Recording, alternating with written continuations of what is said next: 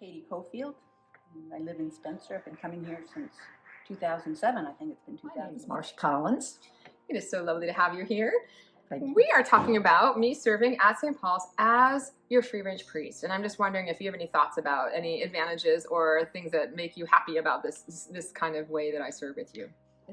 Well, the services are the same, but we've really, as a church, we've really embraced you for your personality and your sermons, and it's just, you've become so uplifting. Do you notice?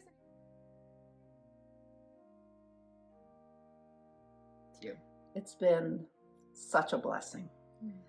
We all love you, and I've got to say that you got us through COVID like a champ. And she bragged about us all the time because us old folks, we were making MP3 That's right. You were recordings. Like sharing songs back and yes, forth. it was amazing. Yeah. So it's just been wonderful since you've been here.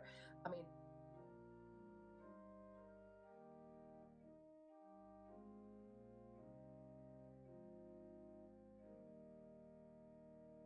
do you notice any difference between, say, priests that you've had who've been your vicars, who've been like sort of in a standard way that Episcopal Church priests serve, and the way that I serve? Not so much. In my time, they've never lived in the vicarage. They've always had their own property and come in. And any service that's required outside of the normal Sunday services, you've always been there to do these baptisms, funerals.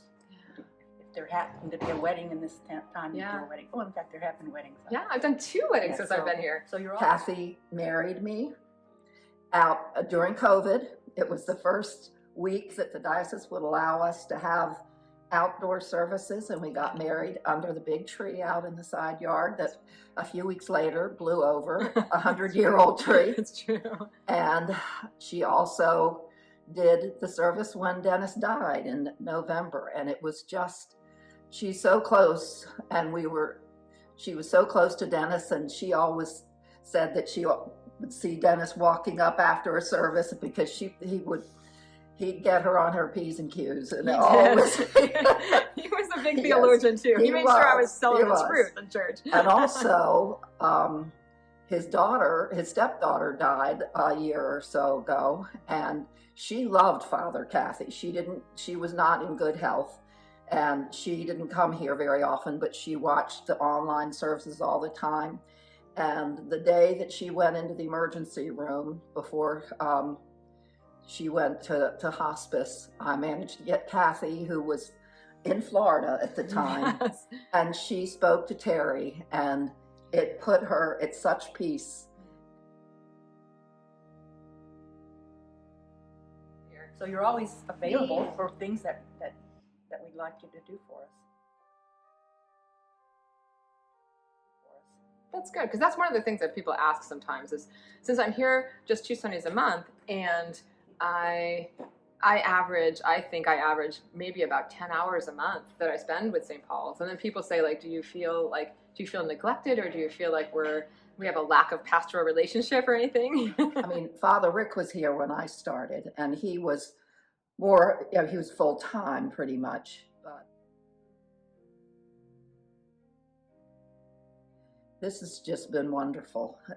You're always there when we need you and when you need us, and You are always there when I need you. I know, and I wouldn't have thought it was only 10 hours. It seems like you're here more than that. You're available through the internet and the online connections that you've made with us and taught us to do and encouraged us to do. We've grown since you've been with us. We've grown in different ways. Thank you. Yeah. That's so nice. Well, I'm really happy to be here. All right. So glad you're here. We love having her. Yeah, I love being here. just there for us all the time, and we love her so much. Now you can make me cry.